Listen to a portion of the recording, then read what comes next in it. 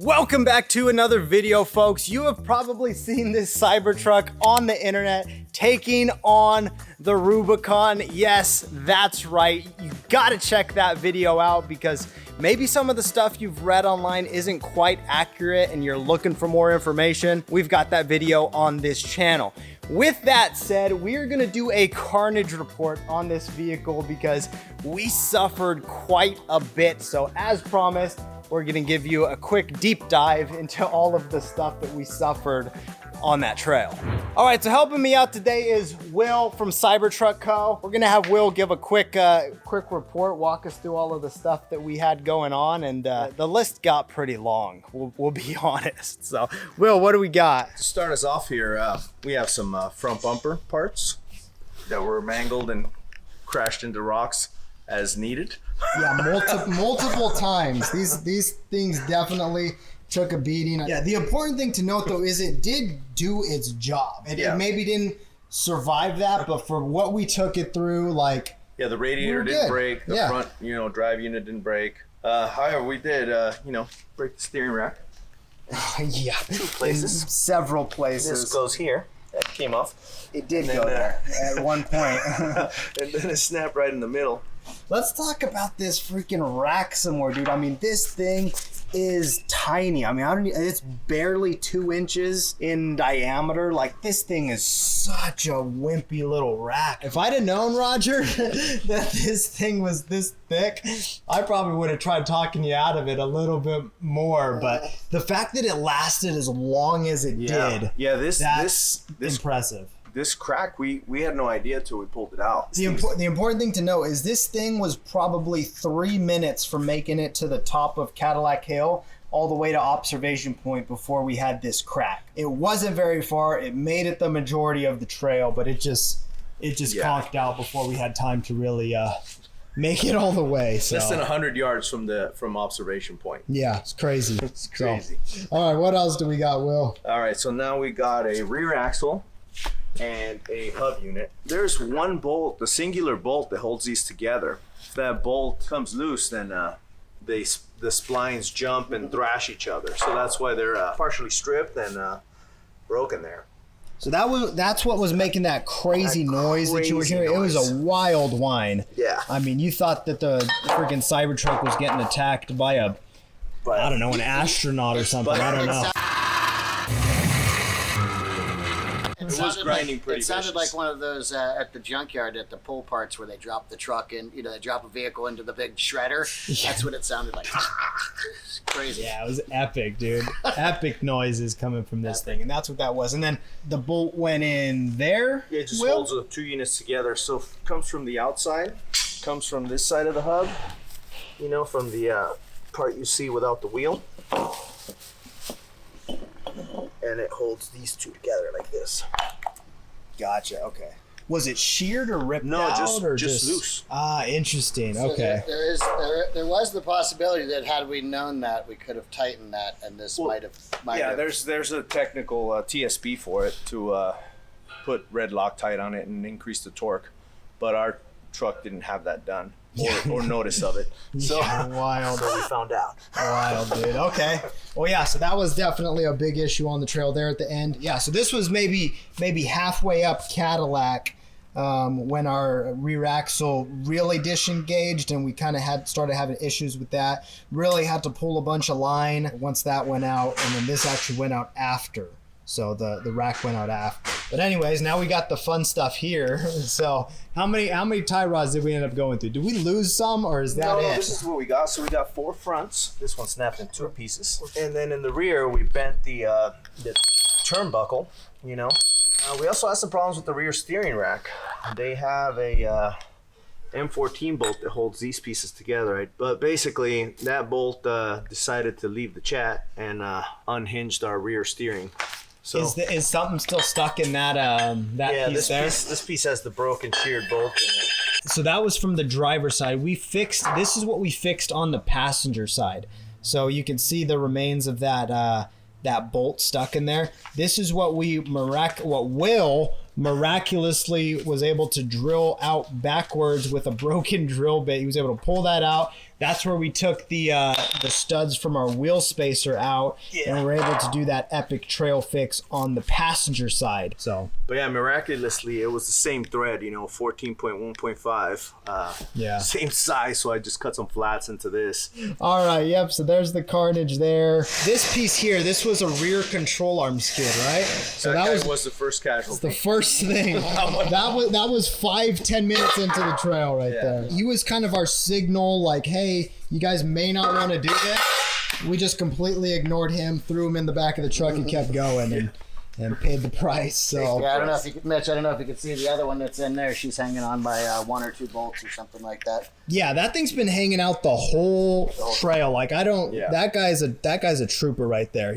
We have not been able to rip him off, and he's been sitting dangling like that pretty much the entire trail. So, props to that guy. As far as these skid plates go, I mean, they didn't take too much carnage aside from what we had to do to it to get it off when we were first trying to fix the rack and kind of limp the Cybertruck along a little bit more. We removed it for access because we had to lash this out with some of these ratchet straps to get the tires to be somewhat lined up to get the truck off the trail. Yeah, and that thing took like 2 hours to get off, so we were not going to put it back on. Yeah. It's just, and this is when Mitch was really pissed off. I've never seen the guy angry. This is when he was just pissed. I just needed something to do, so we made it happen, and our trail fix didn't quite work, so that was all in vain, but whatever, that's besides the point because we're home now. So. Okay, well let's keep going here. So obviously, flare that we ripped off / took off, that's that was to be expected. That was one of the first things I asked Will was, do these things come off? And he said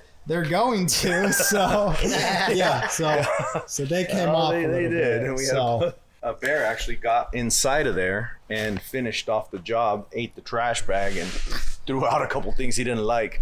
Yeah. So you can see some of the scratch marks on the top because this guy. All the bear drool everywhere. He's a little hungry, dude.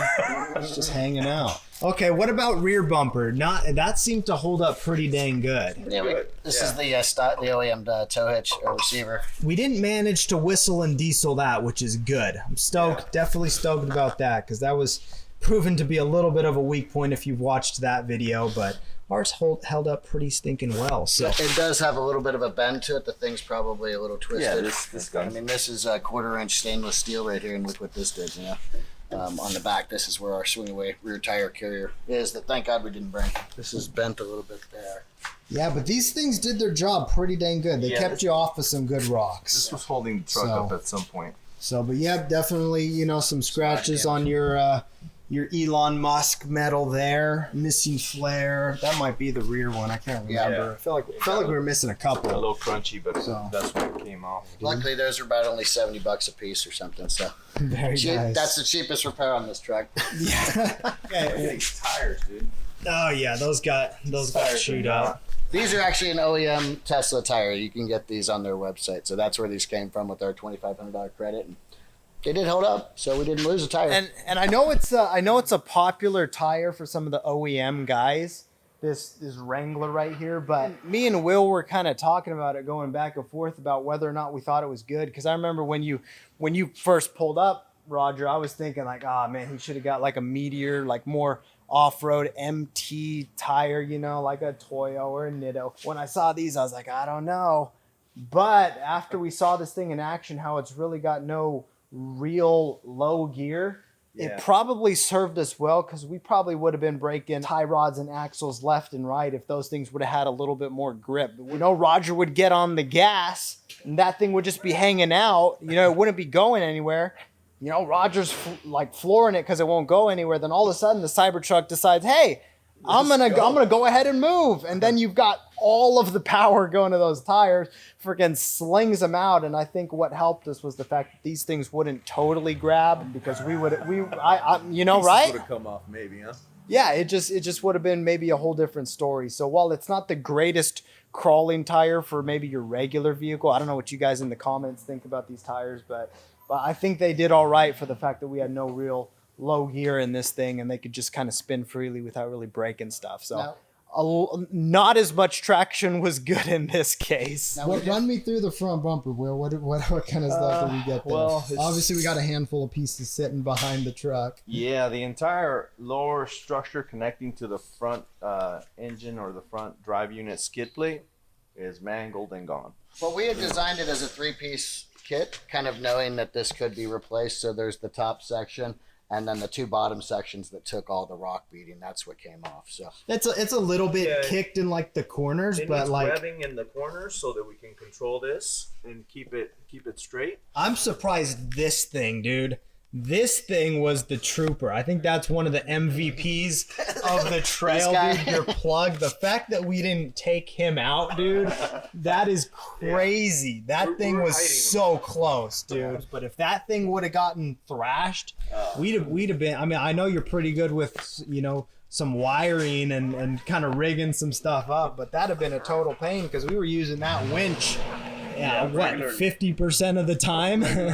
Yeah, no, that's that little plug there's the MVP. So yeah, I'd say your rockers, you know, got a little bent in there, but again, these things did their job. Without these, dude, we would have been hosed out there. So Mitch, how many times did you have me turn on the rock? oh yeah, we were pivoting all over the place. Every dude. time.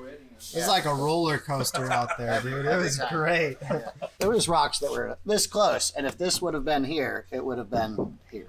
Yeah. So that really saved it. That saved the. I mean, there's no body damage on this thing. Yeah, I think pivoting on those rocks became Roger's favorite thing to do by the end of it, dude.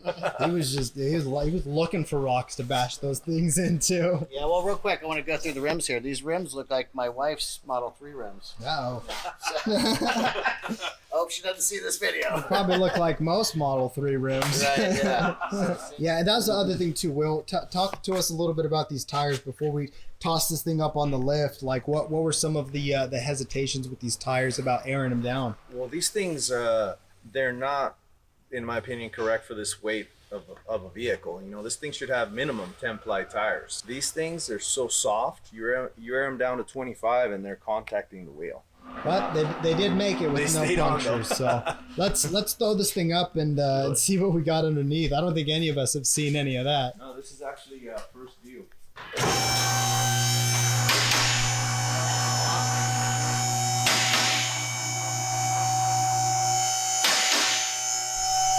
Oh dang, we did little love kiss right here. Look at this little baby kiss. That was yesterday. Oh my god, a little more and that's curtains. Yeah. I was scared of busting this. Actually, this is the cooling unit that cools the everything. So it's a radiator, and it was totally exposed at the end. Yeah, we were worried about that a bit throughout the trail just because of all of the issues we were having with our skid plates peeling off and stuff up in the front. So it's the missing stuff here. Man, without this though, I think we would have had a forest fire. Like this, this is definitely needed. But look how good all these ties worked out, though. I mean, you don't see any separation here. It's still holding it all together. It's still holding it to the sliders. This is the prototype. It's going to even be more secure. was it wavy like this? Oh no, it was beautiful and flat. It was straight. Yeah, This is too short to show you, but that works pretty good. Like that thing got bashed. I mean, actually, this is how much dude, it is. oh, holy crap! Because this right here had an angle to it, so this came down about three-quarters of an inch. Oh yeah, it's you squeezed every bit of air from the skid plates, probably to the battery. You know what was really good is this plastic we added to the sliders. This made a huge difference. This thing would just slide over. And this thing is like that cutting board material that's super popular nowadays, right? I don't remember what it's called, but HDP or UHMW. Yeah. But it works. It works really good. Being on the sides like this, I think it's a great feature. And this is our trooper here. So Roger, I think you need to throw this up in a shadow box and put it in your office as a testament to this trip, along with the tie rods. This is what happens when you don't have that skid plate. There it is. You're right. There's the gap right there. Oh, what's up with this? Yeah, these were together at one point. Yeah. Oh, trippy. Okay. Yeah. You know, the back bumper, for as hard as it hit, Yeah. No real damage. I mean, that approach angle was one of the, or the departure angle was one of the main things I was worried about with this thing. I mean, because you've got freaking 3 or 4 feet sticking out, you know, past these tires just hanging. But the fact that that took all the beating, it's like, I'd call that all right. You know? That was some massive hits to that thing. Look at our axle juice everywhere here. The axle juice. Oh, what a trip, guys. What a trip. It did its job, though. You know, there's going to be naysayers that say, hey, your sliders got scratched or dented and your battery protection. But I didn't see one truck on the Rubicon that did not look like it was beat. So everything here, our battery's intact. Our sills are intact. Our doors are intact. It did what exactly it was designed to do. So That's exactly right. You don't take a vehicle on the Rubicon to keep it shiny. If that's your plan or your goal, you're going to be severely disappointed. Like, it's just one of those trails. It's a 7 out of 10, you know, so in a lot of vehicles, it's really not that hard. You know, it's not that hard of a trail. You just pick a good line and you're golden. But when you're taking something like this with a 300-foot wheelbase, things are going to get a little bit spicy. that was not a 7 out of 10 trail. There's no way in hell that was a 7 out of 10 trail. For the Cybertruck, that was like a 100 out of 10 trail. Yeah, it was epic. You're not going to take it on anything tougher than the Rubicon, the Cybertruck. It's a big vehicle for such a tight, long trail with huge obstacles. Like, it's for Broncos and Jeeps, you know. Something. No offense to Ford or Chevy, but if you took a regular 1500 or a 2500 truck through here, it'd be a total dog. It will be epic. Some of you guys in the comments, let us know and send us a video of you guys taking your Ford or Chevy through the Rubicon bone stock. Let's see how it goes. You're allowed to put skid plates on. Skid plates and bumpers. We'll see how much how good it does. With that said, guys, we documented this entire journey, this adventure of ours. It is on our channel now, so make sure you go check it out. We tried to put a lot of work into that video, make it real exciting. With that said, again, thank you guys so much for watching, and we'll see you guys in the next video. Peace!